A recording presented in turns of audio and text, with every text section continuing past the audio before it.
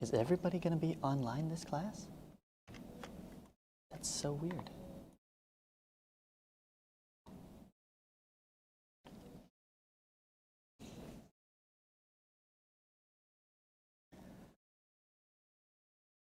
All right, I just need one more.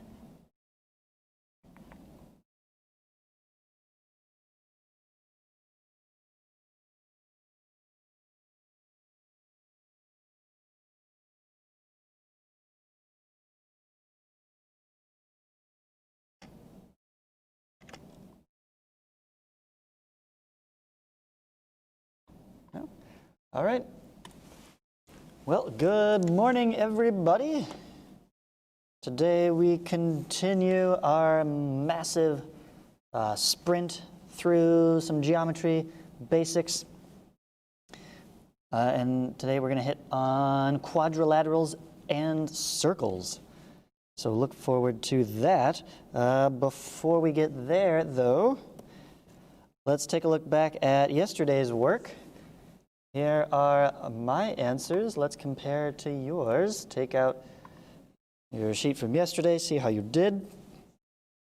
And feel free to ask questions. Once again, my connection to the system here is fritzing on me. I'll have more time this afternoon to dig into that. So I have no sound. Every response must be typed in chat. So, last time we were talking about polynomials. We named them, gave their number of sides, found the number of diagonals even. Dodecagon gets all the way up to 54 diagonals in there. And if you really played around with it, you might have uncovered this formula for the number of diagonals, n being the number of sides of your polygon, so n times n minus 3, all divided by 2. Handy thing to know, not required. All right, for number 9, here is one such concave pentagon. Again, it can be rotated around, oriented. You could stretch out and be a little bigger, smaller. As long as you have the important features, this must be E and T, which usually the letters are given in order, so you should be able to work your way around the shape and spell out the name in that same order. So if E and T go here, N has to be, or should be, in between them. And then these two marked as congruent. All right. Typically, we're going to use a dashed line for diagonals. That'll be fairly common, especially in this case, a concave pentagon where it's outside the shape. If I drew this as a solid line, it'd be very hard to tell, wait, did you mean for this to be like a trapezoid with a triangle in it? It's like, no, no, no, pentagon, concave, but with the outside diagonal. So that distinguishes that line, or sorry, segment. Right, and an equilateral, quadrilateral, double lateral here, as we will find out today, makes it a rhombus. So it should look something like this. And to indicate that Q and U are not congruent, that's what the slash through, go ahead and give them a different number of marks in between each one. Aha, Edlin, you've made it.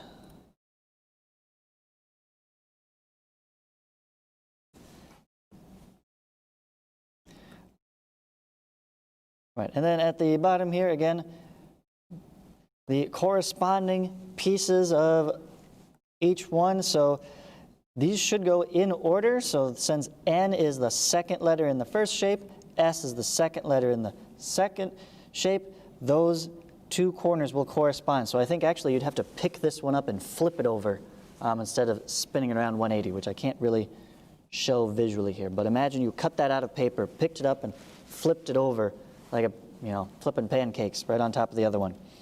This guy would end up right here, so the angle is 82 degrees. You get the rest of the numbers there. And a regular pentagon, regular means all sides are the same length, so we can easily divide the perimeter by 5 to find the length of each side. Any questions on that page?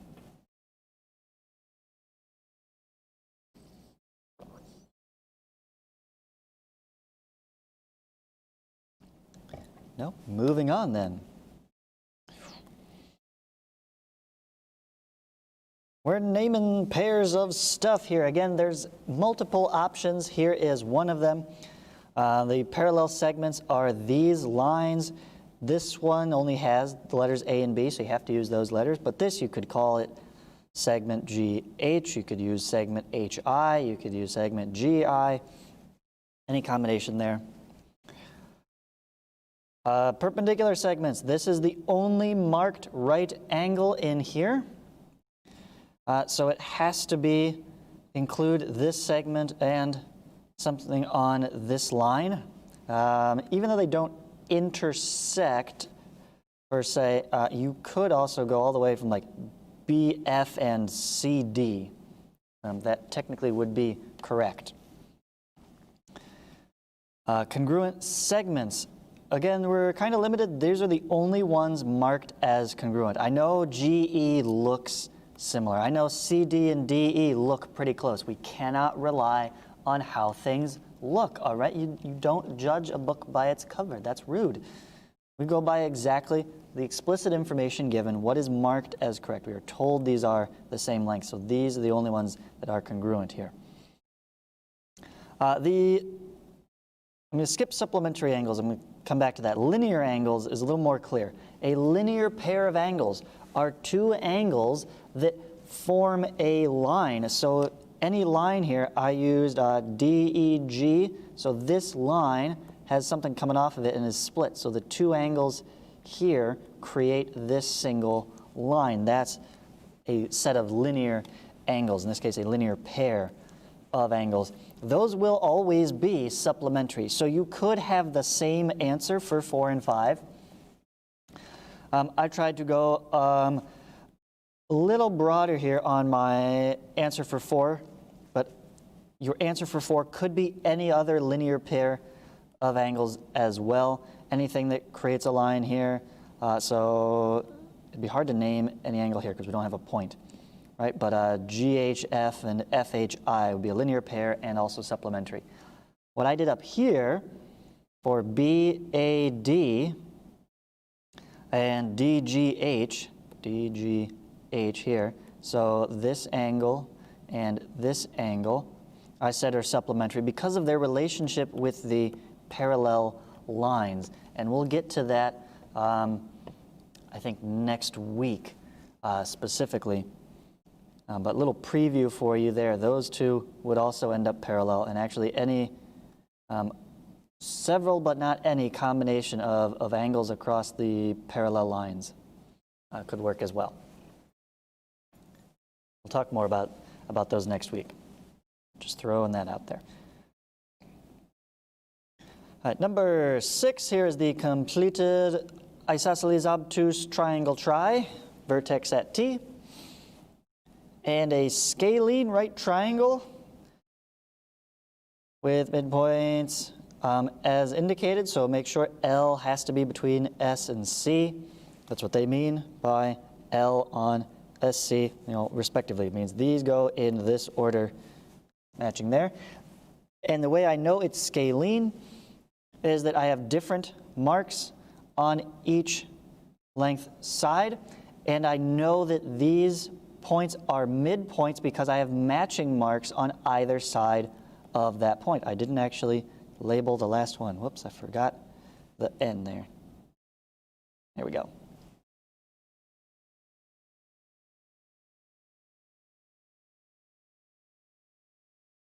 Okay.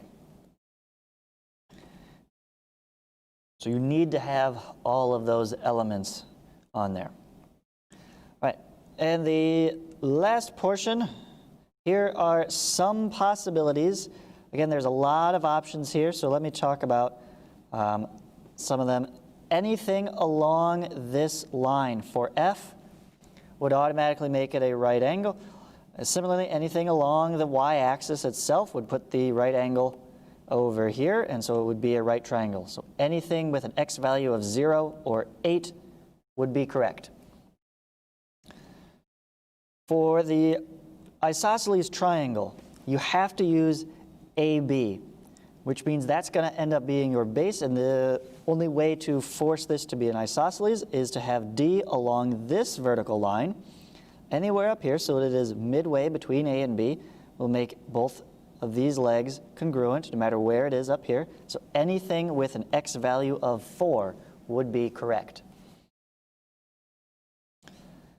And then finally they want a scalene that's not a right triangle.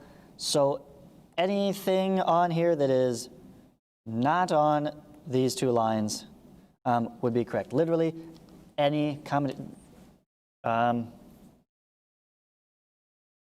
Technically, it's not infinitely all possible combinations. You could end up somewhere where you just happen to get lucky and make it AB the same length as BG and accidentally end up with an isosceles, but it's very unlikely that you would do so, especially picking integer values here. So for all practical purposes, any value so long as the x is not 8 or 4 and the y can be anything would be an acceptable correct response for G. All right, any questions on that page?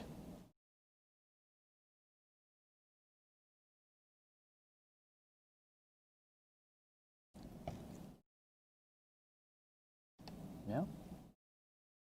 All right, then let's turn to our sheet for today.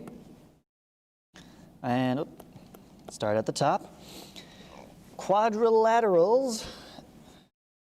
Quadrilaterals come in a number of different styles and special shapes with unique properties.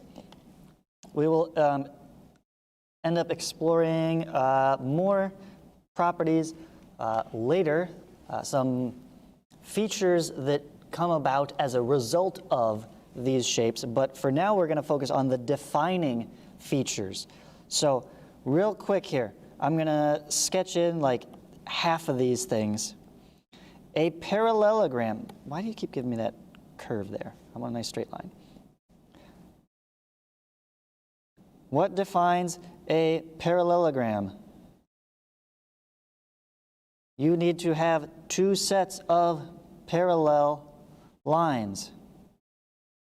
Both opposite sides need to be marked as parallel to each other. That is what makes it a parallelogram. Otherwise, you just have something, right? None of those are parallel to each other. That's just plain old generic quadrilateral. Literally has no real special unique properties. You've got to force one of these features on it. All right, so you need to have those features to make it a parallelogram. Now, a specific type of parallelogram, one specific type is the rhombus. Why would it not give me a straight line? There we go. The rhombus we've already seen on the last one. That is a, somewhere I need to turn off the curved line feature. I almost never want to draw those. So a rhombus is going to be two sets of parallel lines. So you need to have those. And all four sides are congruent. So you also need to have those marks as well. If you're using colors, now would be a great time to break those out and use a different color. I would even say make the marks different color if you can. Right? So rhombus is going to get marked up quite a bit. It's got a lot going on. And I will leave you to label and find out which angle needs to be H and do the extra bits. We're just defining the shapes right now.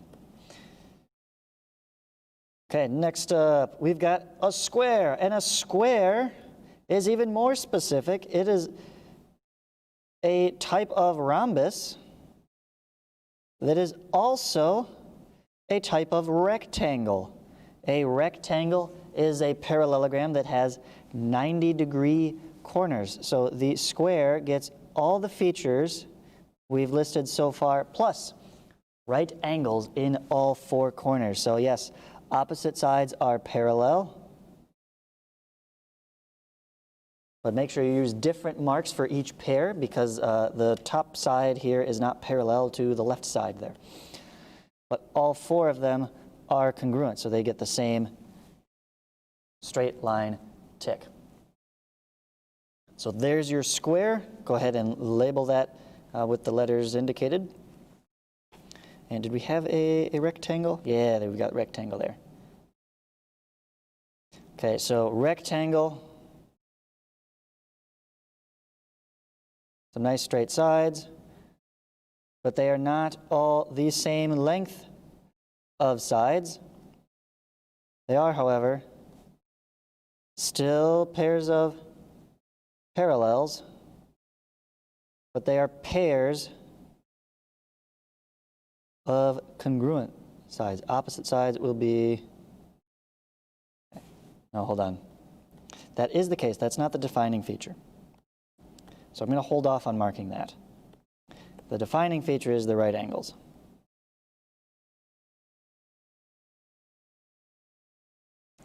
There we go. Turns out we get opposite sides congruent on the parallelogram as well. That is but that's more of a resultant. That's not the defining feature. All right. So there's your four basic quadrilateral family there. You set opposite sides parallel, you get parallelogram. If you set the four sides congruent, you get a rhombus. Or you could set the four angles to right angles, you get a rectangle. And if you do both, opposite sides congruent and four corners right angles, you get a square.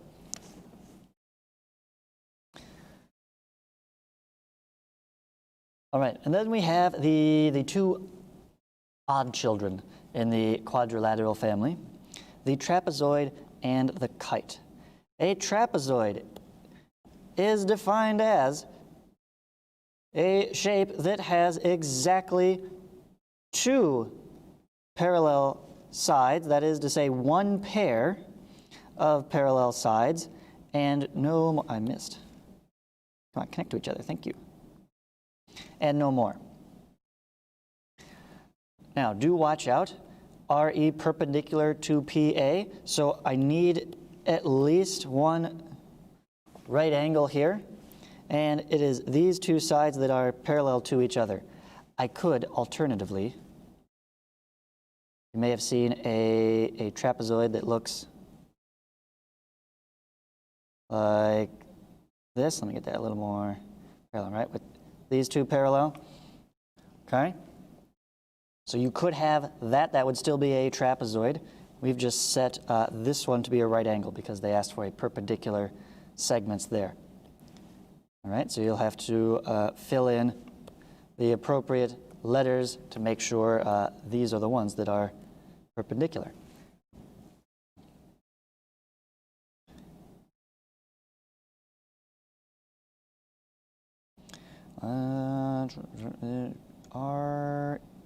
Hold on. They're adding this E here.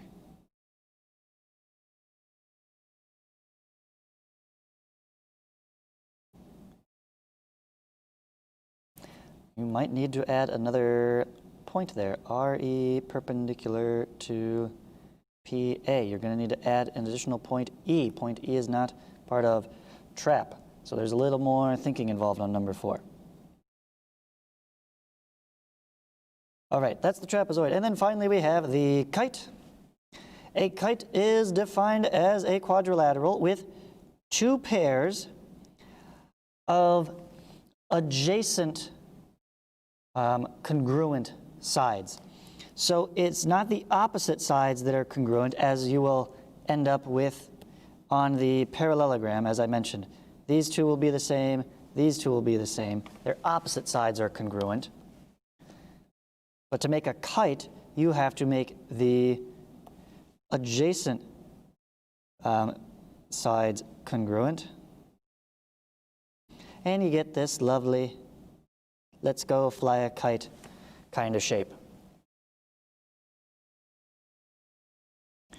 And very frequently,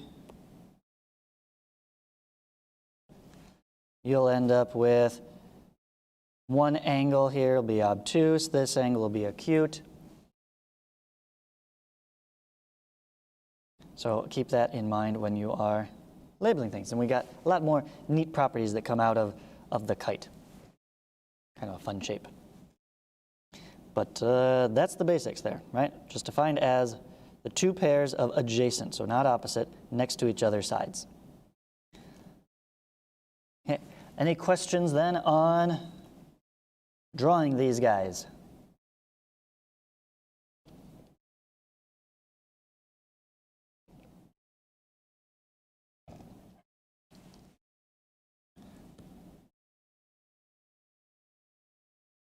All right, and yeah, reminder, 4 is going to be probably the toughest one.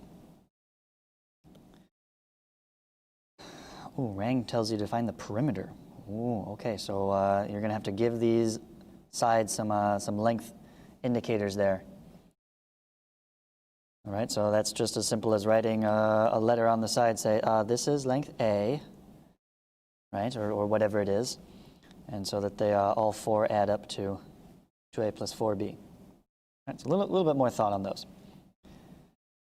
7, 8, 9, 10 is recognizing, finding the shapes in this drawing. The grids are perfectly square, so how can you name the shapes? Again, use these as examples. Notice naming the shapes. We're putting 4 letters in a row in order around. Right?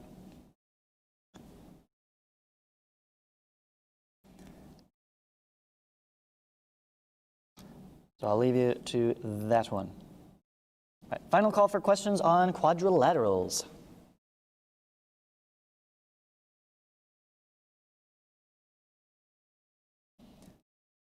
Okay.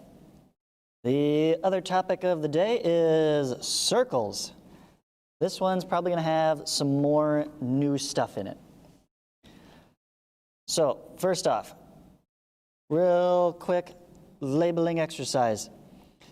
The whole thing out here, of course, is the circle itself. This would be called circle O because its center here is called O. This is the center point. Our symbol for a circle is a circle with a dot in it. So circle dot O would be the shorthand for circle as opposed to like triangle A, B, C, right? We've got that shorthand there. Next up we have, let's do in red, Q to P here would be the diameter. That's the distance all the way across the circle. So we've got diameter QP. And I hope you know this one. Half that would be the radius. So that's going to be any segment OP. And the radius is the same anywhere on the circle. That's what defines a circle. A circle is the set of all points the same distance from this given center point. Right? So the radius is the same length all the way around, no matter where I set this. It will always be the same distance. It seems obvious at first, but you will encounter some interesting geometry kind of puzzle questions, and a lot of the secret to them is remembering, oh yeah, this length is the same as that length because they're both parts of the radii of the same circle. All right, that's the elementary level stuff. Now, here's the new things that you may not have heard before. And I'm going to need some more. Here, this right here. that 48 degrees is marking a central angle. Why is it called a central angle? Because it's an angle that goes to the center. The center point is on the vertex, QOR.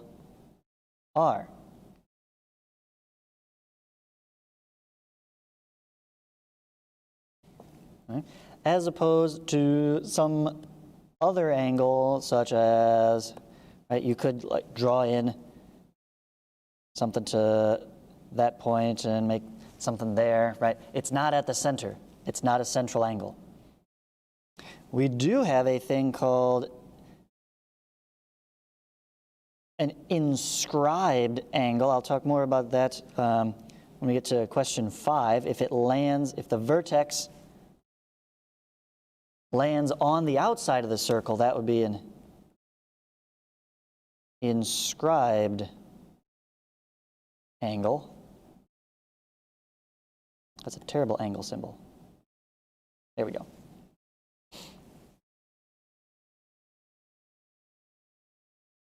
I like putting the extra little curve in my angle symbol. That way you don't confuse it with a less than sign. All right. And then the neat feature about a central angle is that we also get this piece of a circle out here. And this would be called an arc. And so we can talk about arc QR. And we're going to use a curved line over top of QR. So this is not to be confused with, I need a color I haven't used yet. I'm going to use lime green. It might not show up too well. Don't confuse that with segment QR. All right, this is not congruent with segment QR. It's arc QR. It's got some curvature to it. It is a portion of a circle. All right, and the measurement for that arc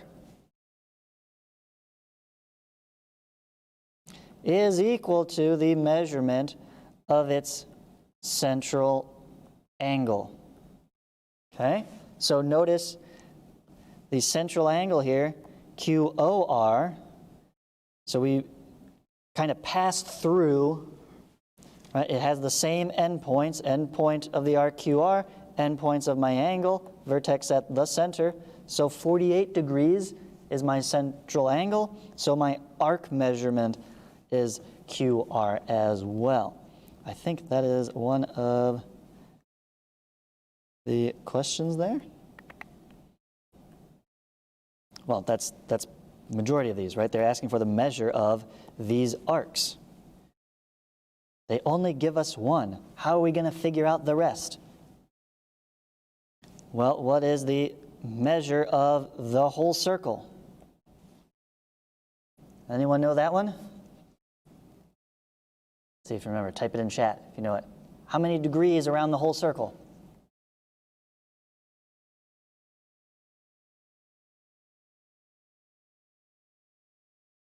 Skateboarders would know this one.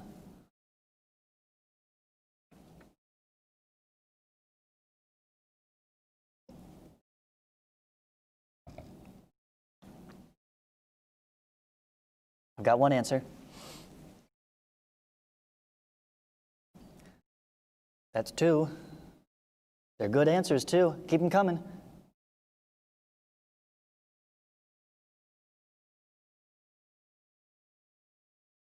Only 2 people remember this. The rest of you are going to have to go home and play some Tony Hawk Pro Skater, okay? How many degrees when you spin all the way around in a full circle?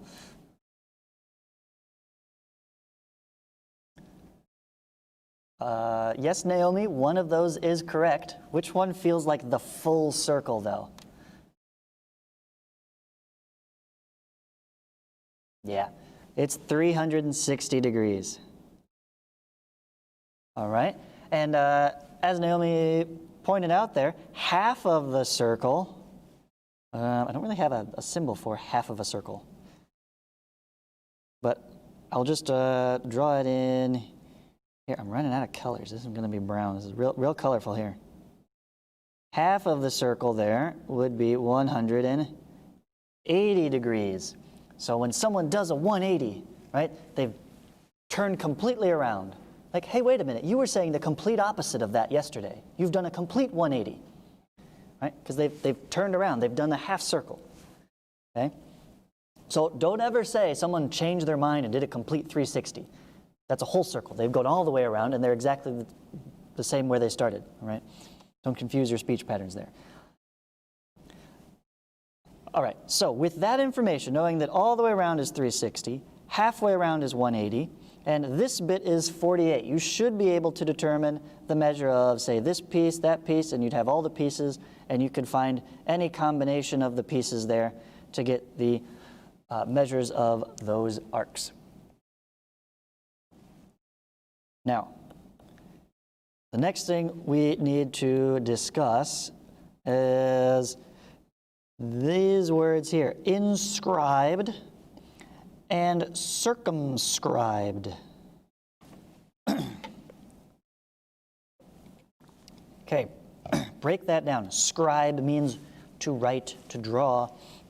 Inscribed means inside. So a circle, let's go back to basic blue here. Oh, I like that feature though. Look at that, perfect circles every time. Okay, a perfect circle with an inscribed pentagon means you have a pentagon. I don't think it, I know it does rectangles. I don't know if it'll do perfect pentagon. Oh, it will. Oh, beautiful software here. Okay, means you have a pentagon inside the circle, but not just anywhere inside the circle. All right, this guy needs to fit in the circle such that each of the vertices land on the edge of the circle. So just like a little bit smaller, just like that. Now, of course, you're going to be sketching it by hand, so you'll draw there, and you draw there, there, there, 3, 4, 5. Hey, that's not a perfect pentagon. Did it say a perfect regular pentagon? No, it did not. Okay, so yours does not have to be as perfect there. But that is what you're going for, okay? All of the vertices land on the circle. Inscribed means the vertices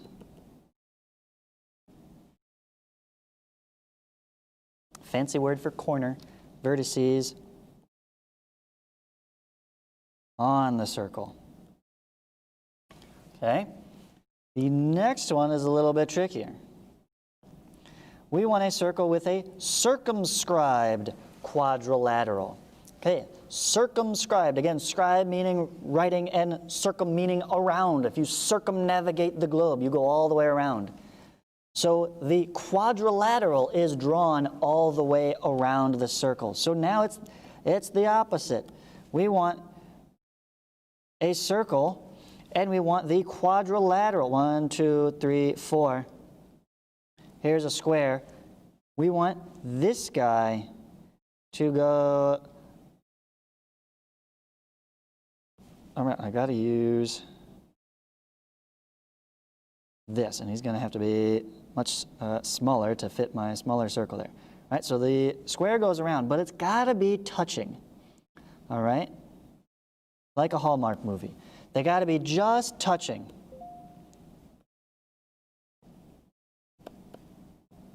Move that up there. Okay, at one point there.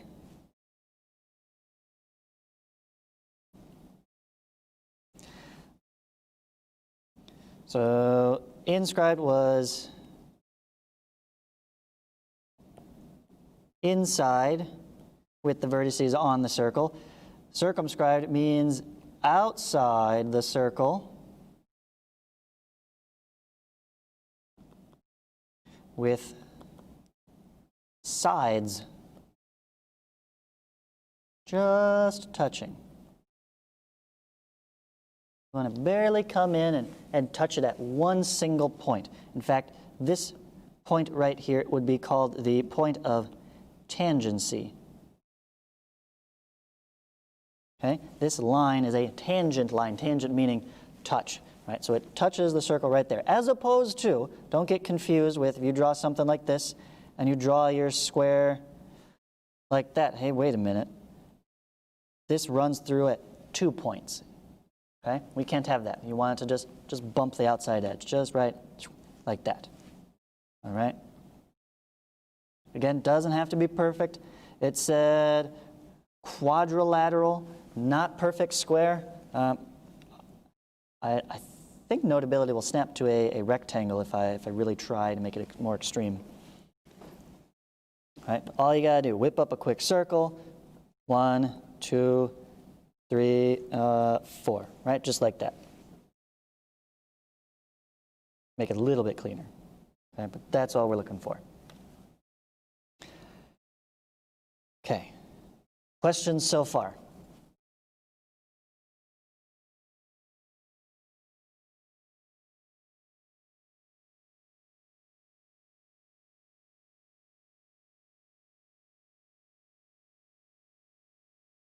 No?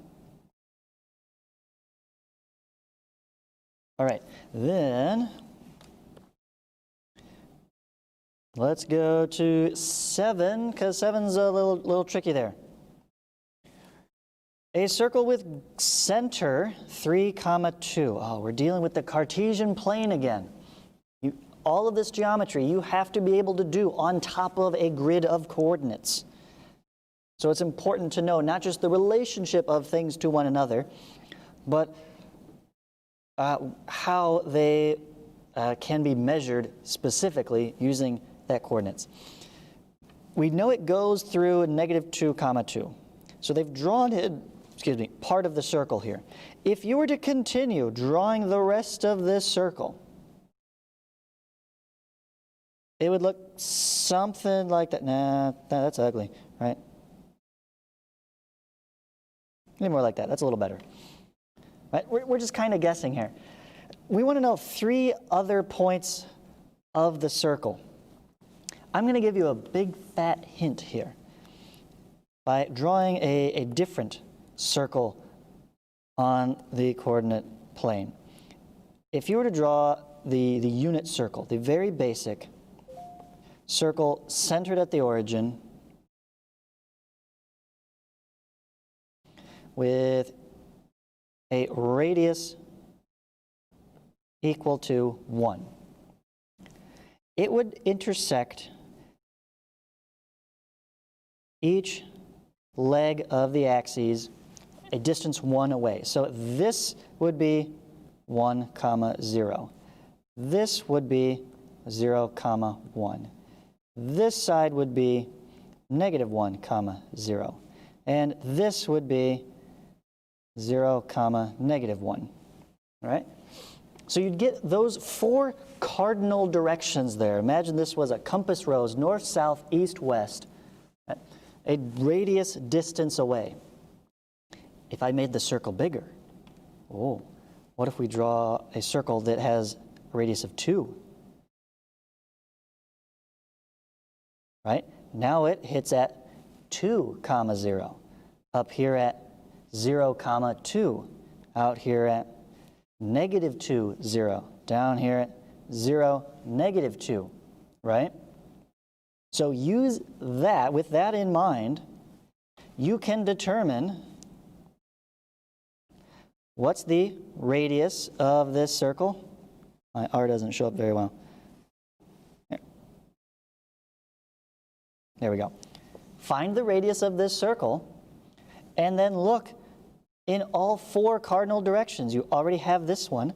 What is the radius that way? What is the radius that way? What's the radius that way? Find the coordinates of those 4 points, or rather 3 points, because you already have the 4th. And those will be on your circle and on nice even integer values on the grid, right? You're not going to be like trying to find some random thing here in the middle and be like, well, it's kind of 3 1/2 and 5/8, right? No, none of that.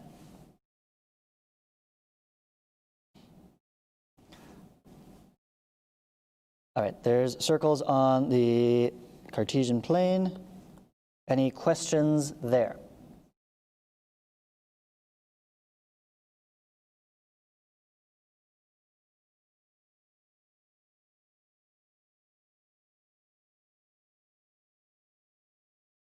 No? All right, then I leave you the rest of the class period to work, which is, looks like we got about 6 minutes left to finish off any of these questions. The rest of them you have due at the end of the day. So I will leave this here, probably the most informative screen I can leave you with. You're going to check that, but all of that information should be in your notes already, or have we not gotten?